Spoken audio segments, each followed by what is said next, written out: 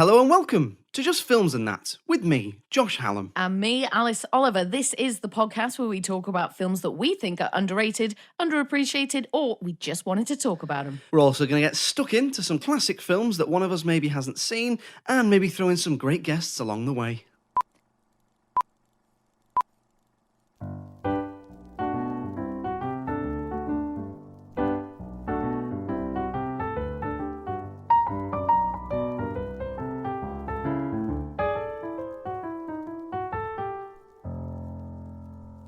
So Alice, we'll start as ever with a random question. What is the best form of egg? And I mean as an ingredient in itself, so not like a cake. Okay. You can't have a cake. Oh, right. No, I mean, my head wasn't going there anyway. No, but some people would. Yeah, I would. yeah. So what's meringue. Yeah. What's the best form of egg? Well, I mean, they're all brilliant, I think, and they all bring something different to the table. I mean... Yeah, are you an eggaholic? So I try to be vegan where possible. Yeah. But when I'm not, I do enjoy an egg. And I suppose if I was going out and they were on the menu, I would pick poached because I never make poached for myself. Obviously, scrambled and fried and boiled, all very easy, straightforward. Poached, a little bit more technical. So I don't tend to brave a poached. So when I'm out, I like to treat myself to a nice poached. But really, honestly, eggs are amazing, wonderful source of protein and very versatile. So yeah, good for eggs. What about you? I like a poached egg as well. I know what you mean. They are quite tricky to make. It's not that they're tricky to make. They're easy to cock up. Yes, I suppose that's the... Because I find the whole white wine vinegar make a whirlpool thing works. You ever done that one? No. So like a splash of white wine vinegar or one of the vinegars, I think it's white wine vinegar, and then in the pan as the water's simmering, make a whirlpool. So stir really quickly. So it's got like a little whirlpool, and then tip the egg in, and it kind of like catches the egg round itself. Wraps around itself into a lovely poached egg. But I wouldn't pick poached eggs, although poached eggs on toast with hollandaise sauce is very nice. I'd probably go omelette. Oh, okay. Yeah. You know, it's kind of like scrambled, but I think it's better than scrambled. Yeah, omelette and omelettes themselves, phenomenal. Love an omelette. Yeah, cheese, peppers, tomatoes, spinach, mushrooms. So versatile. Frittata as well. Yeah. Just a big omelette. Yeah, just a big load of egg. Do you like egg mayonnaise? Because I know that's quite divisive. Do you not? No, egg mayonnaise can fuck off. Oh, really? Yeah, so do you like mayonnaise at all? Yeah, I don't mind mayonnaise, like tuna mayonnaise or on a sandwich, but egg mayonnaise stinks. What, and tuna mayo doesn't? Not like egg mayonnaise. Egg mayonnaise is horrible. I don't mind a bit of egg mayo. Reminds me of my childhood. No, not at all. Not having that. Yeah, some people really do hate it because it's the egg on egg thing as well. Yeah, so much egg. Egg-tastic. Double egg. It's a good example, though. Oh, very good. Sorry.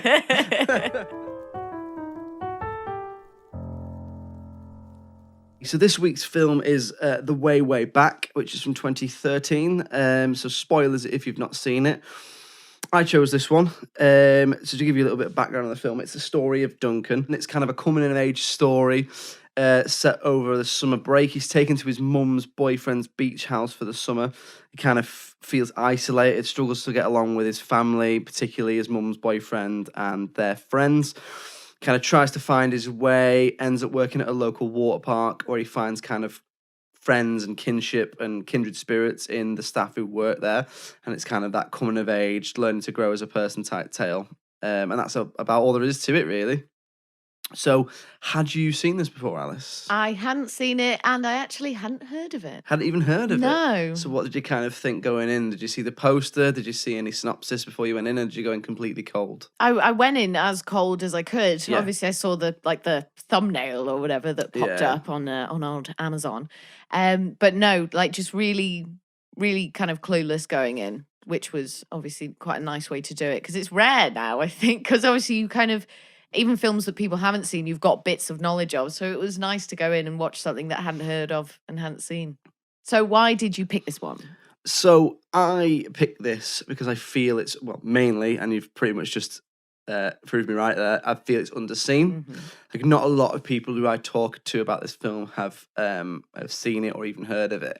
I really like the script. I think it's really well written. I think it's really relatable. I think it's a really feel good comedy about kind of finding your way and finding your voice. I've actually only seen it once myself, and I just remember really enjoying it. It gets a lot of comparisons with Little Miss Sunshine, even though it's pretty different, really, to Little Miss Sunshine. I think the only really real similarities are that it's got two of the same cast members in it. Oh, really? In Toni Collette. Have you seen Little Miss Sunshine? I haven't seen it, You've no. not seen- oh, right. So Toni Collette and Steve Carell are in Little Miss Sunshine, where they actually play brother and sister.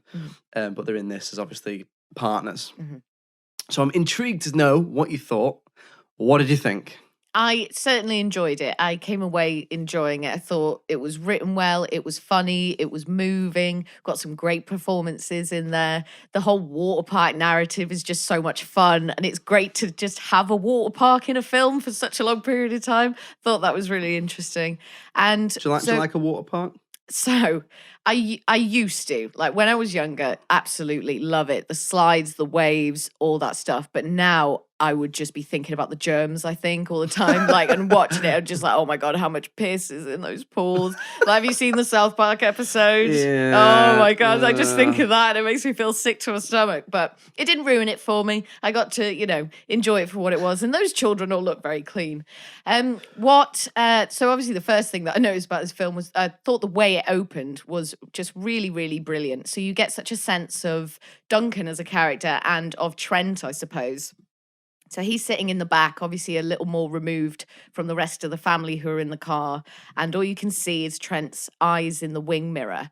And he just starts being an absolute tool to him immediately, doesn't he? He's like, what would you give yourself out of 10? Or what would you rate yourself or something? Yeah, he just asks him out of the blue, what would you be out of 10? And that, when I said it was semi-autobiographical, I believe one of the writers, Jim Rash, said that's a real conversation he had with his mum's partner or his stepdad, where he just out of the blue said, like, what would you be out of 10?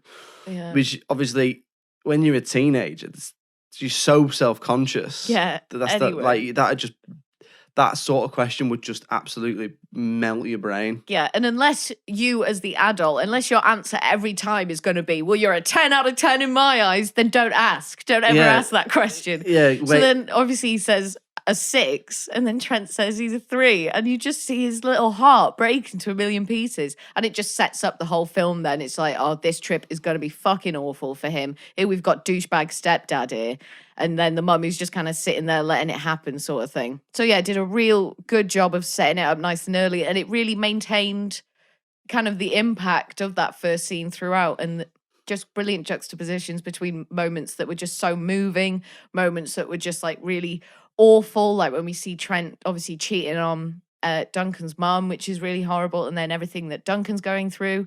Yeah, but just really good, a really nice balance of a few different things going on, I think. That relationship between kind of a teenage boy and his dad, well, not his dad, father figures, is kind of really key to the film, isn't it? Because you've got his relationship with Steve Carell's character, Trent, who it's a bad relationship, and then he kind of finds a positive relationship with Owen, who's the manager of the water park, played by Sam Rockwell, and that's where you get the two, like you say, juxtapositions between his relationships, and that whole thing of him being a 3 that keeps coming up. That's not like a throwaway line.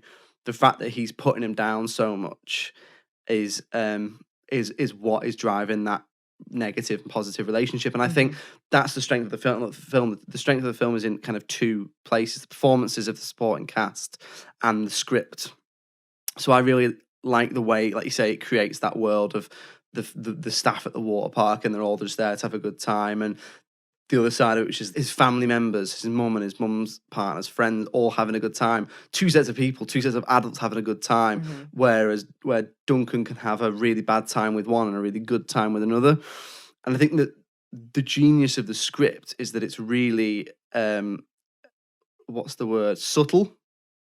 So, like, there are times when the way Steve Carell's character is written, he's not necessarily being an arsehole all the time. Some of the time, you think, is he just actually trying with this kid? And as the film goes on, I think their relationship deteriorates and you realise actually he is just a slime ball. He's just a horrible guy. So even at the beginning when he asks him that question, even though it's a completely emotionally ignorant question to ask a teenage boy, what you think you are out of 10, there is an argument to say he might just be trying to build him up, because he kind of says, we're going to make you a 8 or we're going to make you a 10. Like, we're going to make you into a real man. Yeah. Like and this. some guys really are that clueless. And there is other times when, you know, he says stuff to him about clearing the table, show him the proper respect to his mum about, like, by telling her where he's gone. Mm-hmm. And there are all things you do think, yeah, no, he should, you know, clear his plate from the table and he should tell his mum where he's going at night. But as it goes on, you realise he's just a manipulative arsehole. And just very controlling as well. Yeah. And then it all culminates when there's a big argument about kind of Trent's infidelities. And he basically, if his friend didn't get in the way, he would have hit Duncan. Which is that's the moment you're like, bam, okay, he's a prick. Yeah, trying to punch a 14-year-old boy when you're a 50-odd-year-old dude. Yeah, do you know what I mean? You suck, man. Yeah, so the cast are really strong. Mm-hmm. I mean, Steve Carell, the strength in his performance is carried with the fact that he's incredibly likable, usually, in most of the films he does.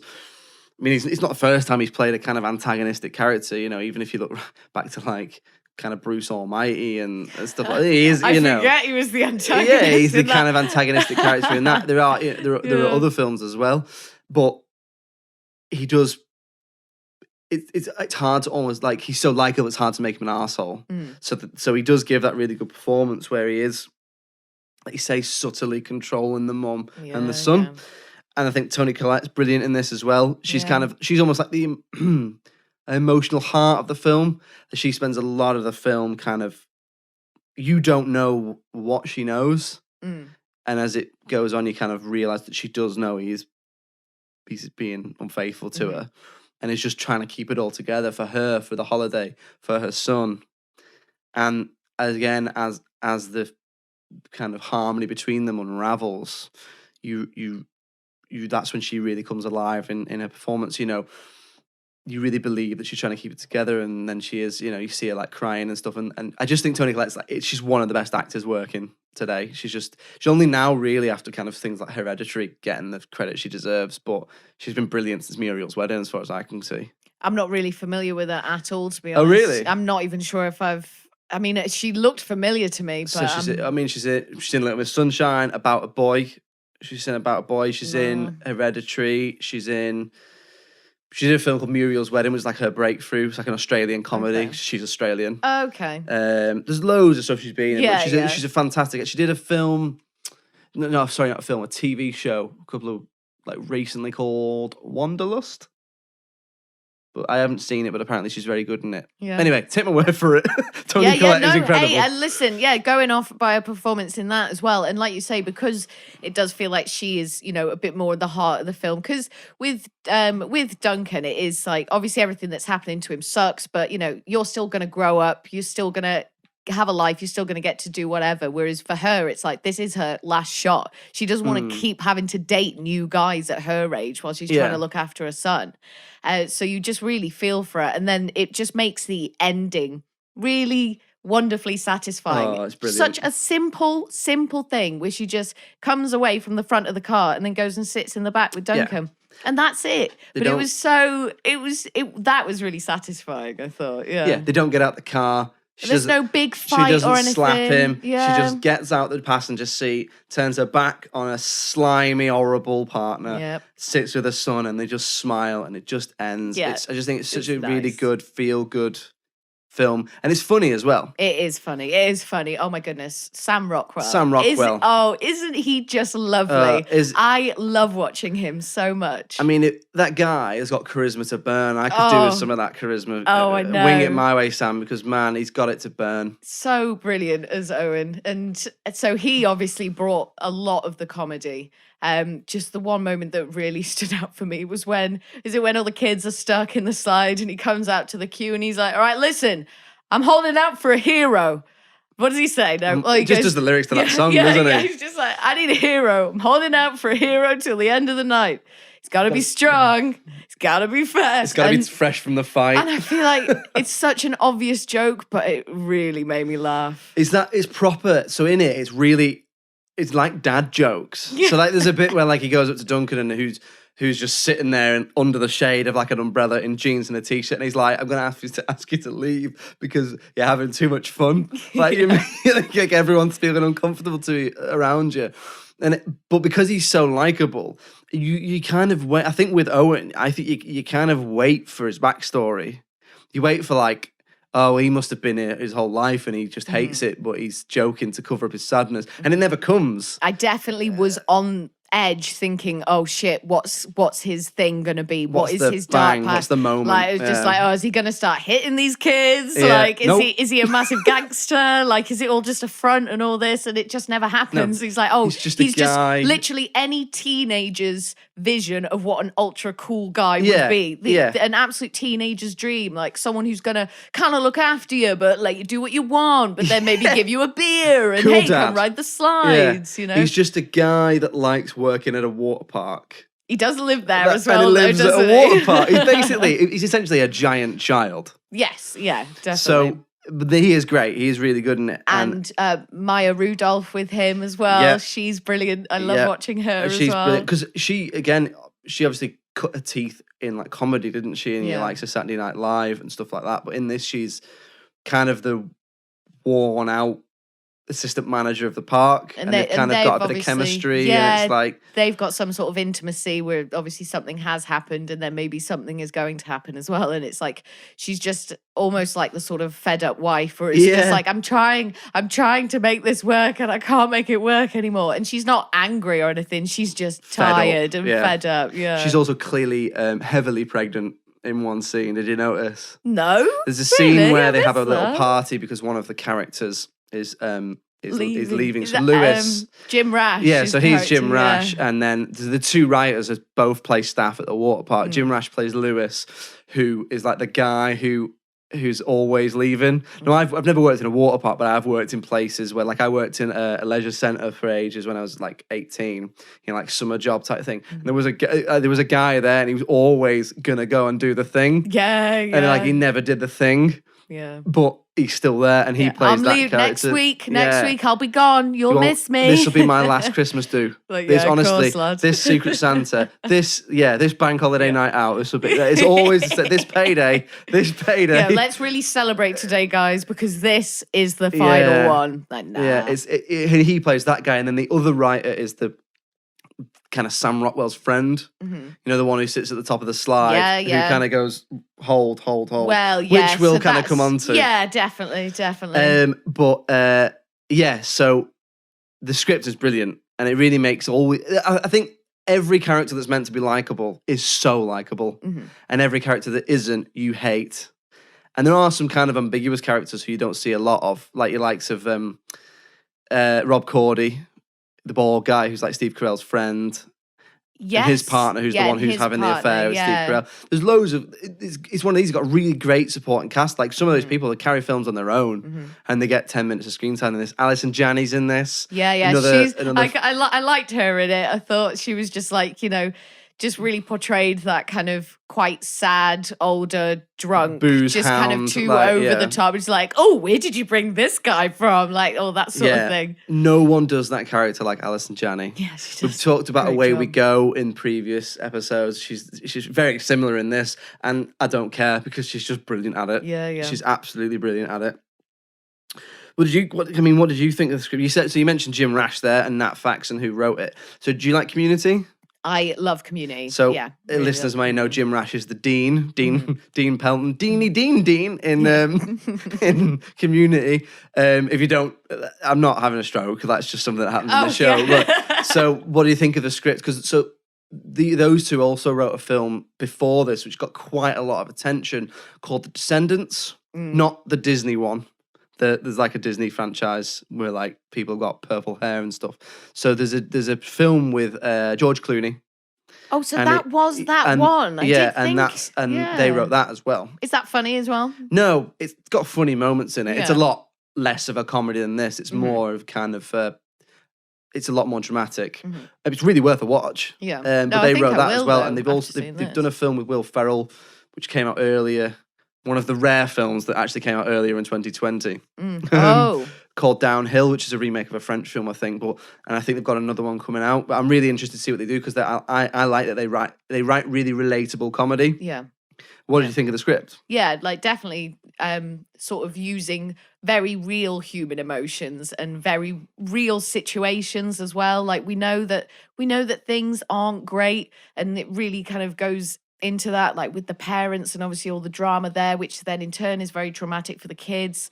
But I do like that sometimes you get these quite almost fantasy moments. So when Duncan's got the job at the water park and there's all these kids dancing and they've got like a boom box and stuff, and they're like, right, you go over there and sort this out. So he goes to try and take the cardboard away, and they're like, show us your moves and all this. So he does some moves and everybody loves it, and he's got hot girls dancing around him, and they, what do they call it? Pop and lock. And they're like, pop and lock. And then like people know who he is, and all that is just like it was very dreamlike, I thought. I was like, is this going to turn out to all be a dream? And they've just been like in the car and he's fallen asleep and this is what he hoped would happen, sort of thing. So yeah, it was nice how they brought sort of quite unrealistic moments like that into it. And I didn't find it like jarring or anything. It toes the line between contrived and cheesy and relatable. Mm-hmm. There are a few elements where it does slightly go over that line into a bit cheesy. That breakdance scene probably is one for me, but on the whole, it goes straight down the line, really relatable character, snappy dialogue, and I really like that. Mm-hmm. Did you relate to it at all? I mean, I know you've never been a teenage boy in a water park, but I related to the more motherly figures. Yeah, I related to the older ladies in the film more than anything. Like Maya Rudolph, like drunk Allison Janney. I was just like, that could be me. Yeah, I was looking at her and I was like, if I don't get my shit together, that could be me in 10 years' time. But I'll be the one who stands up having just finished a very strong drink and goes, this is empty and that's just not right, and goes and gets another drink. Yeah. So I really related to her. In terms of like obviously the younger ones, we've got Duncan's female love interest who we're introduced to it was just very, so she's on the beach, isn't she, and she's with all these other girls and they're all like, oh my god, did you see like Sarah Beth? And they're like, oh, I hate her face and all this. And then she's there on the beach like reading a book and she's away from them, and it's just so like, I'm not like the other girls. And I thought that was a bit flat.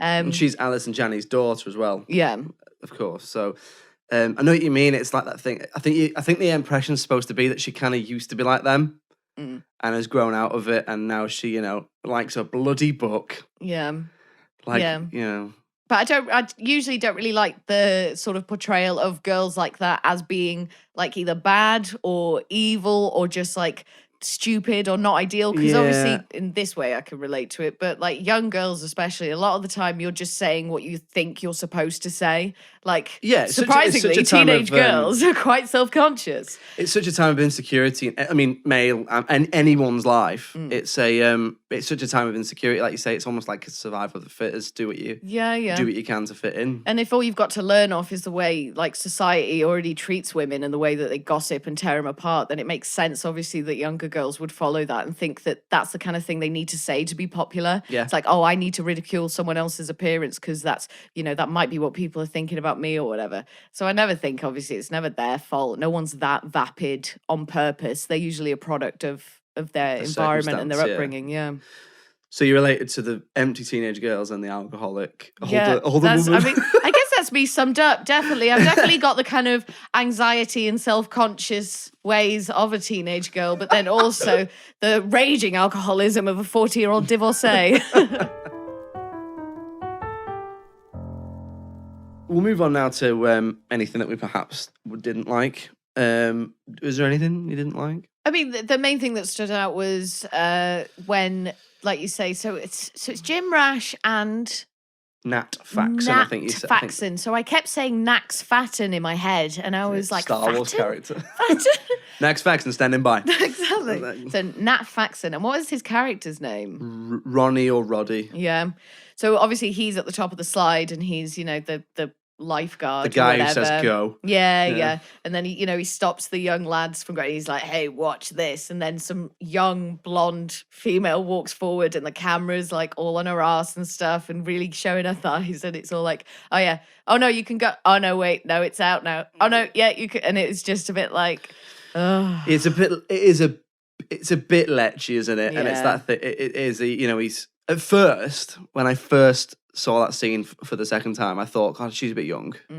But then actually, when they go in the water, she is an adult. Yeah. But yeah, it's a bit lechy, a bit pervy in it. He's basically telling her not to go so they can stare at her ass for 30 seconds. But I suppose to play devil's advocate, like teenage boys are horny. Yeah. I mean, and it wouldn't be a teen film without a bit of that. No. And if anything, that's incredibly mild compared to some of it. Porky's or if you think Pie about it. So I can certainly let it off in that regard. I appreciate it. It's just a harmless bum, and but you just don't want. You don't want ever for that to be the focus, and for then, for young boys, especially like young Duncan, to think that a woman's value only lies in how pert her butt is. But he learns a lot of other very important lessons along the way, so it's all right. How was the film on the Cheeseometer for you? We're talking about the Cheeseometer. How cheesy was it? Too cheesy? Not cheesy enough? I do not mind a bit of cheese at all. The stinkier, the better. You can cheese it up as much as you want. So I mean, it was appropriately cheesy for me. Yeah, as I say, for me, watching it again, there was times when it strayed that little bit, like kind of, just a little bit. The breakdown scene. Yeah, that. Anything else? Not really. It's just that bit was a bit control. Everything else was so relatable.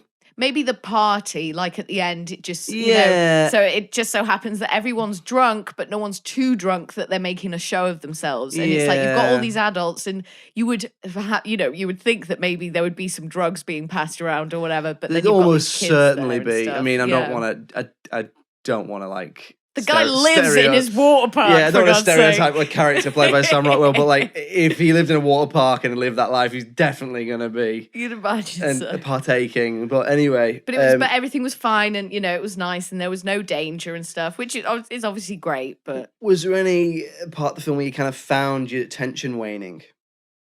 So for me, I thought about an hour in. It's not a long film. It's like an hour 45, something like that. Maybe like an hour in, I think the kind of energy and the momentum of the film drops only slightly.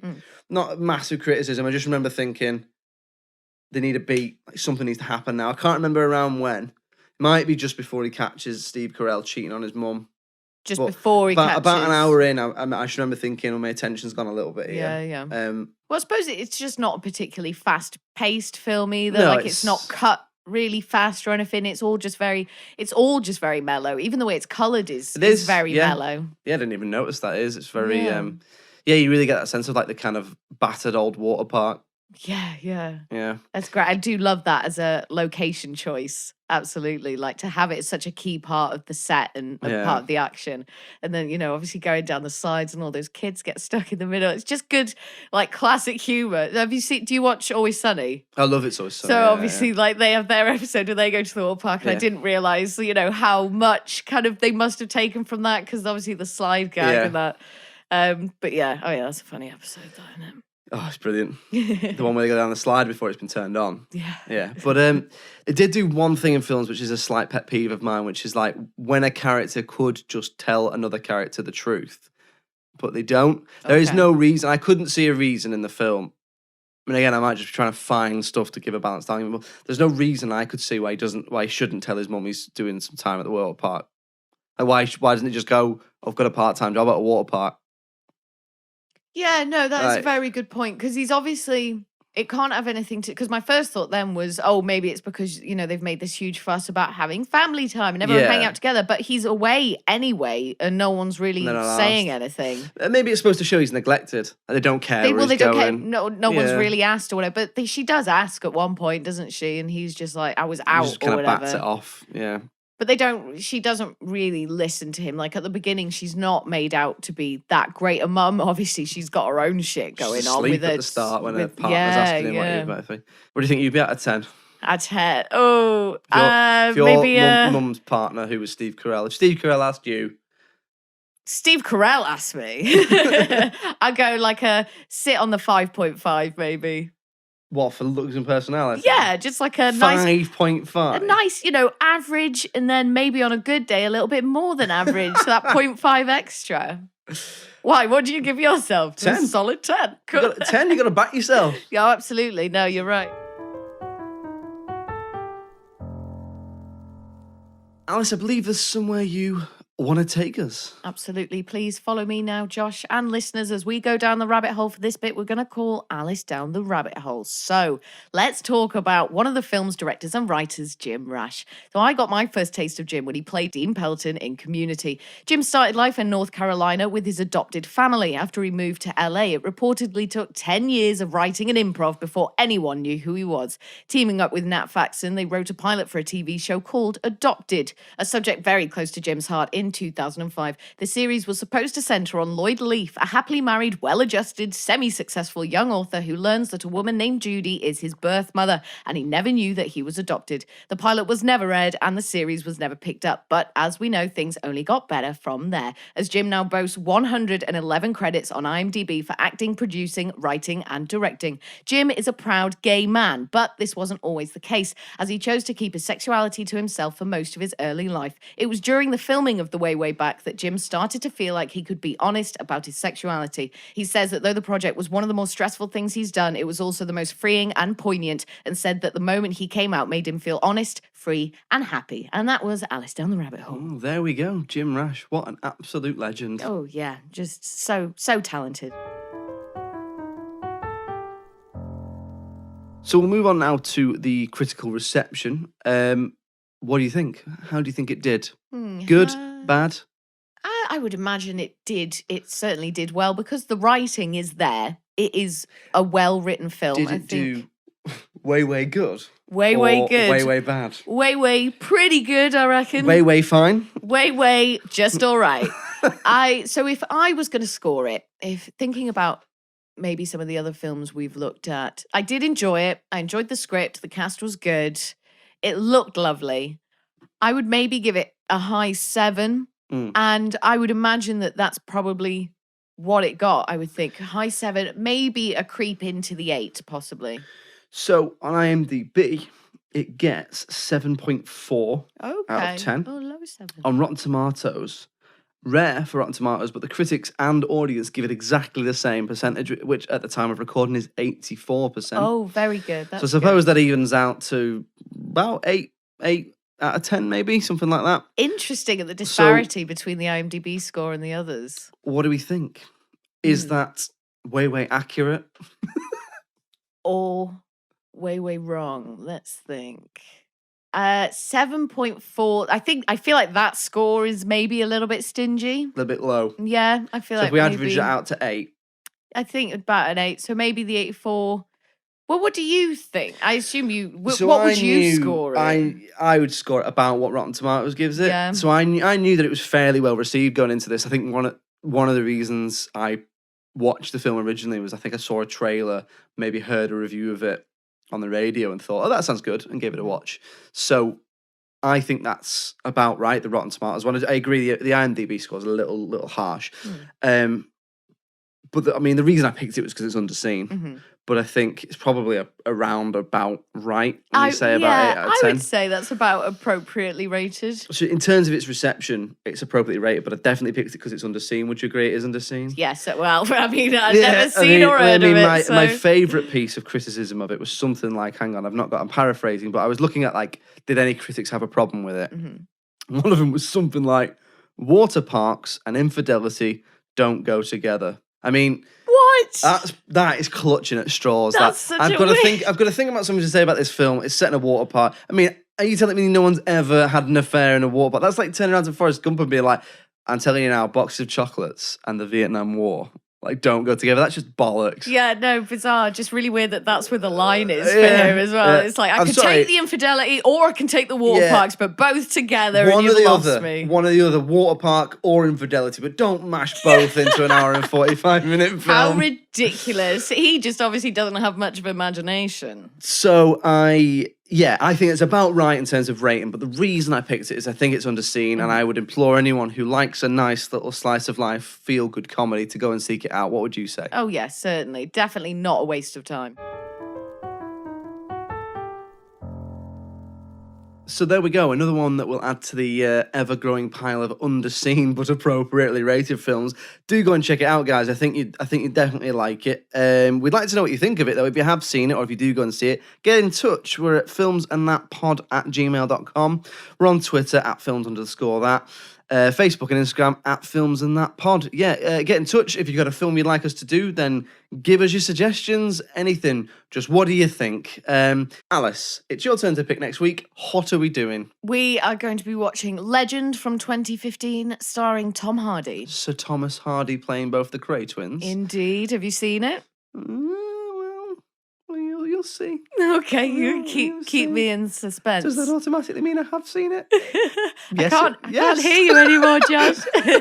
So yeah, next week we'll be doing Legends. So if you haven't seen that, get it watched for next week, and we'll see what we both think. See why Alice has picked it and why I was speaking with a ridiculous high voice. I can't wait to find that out. Well, I might not have seen it. So yeah, we'd like to hear from you. Please do get in touch. The email address is filmsandthatpod@gmail.com.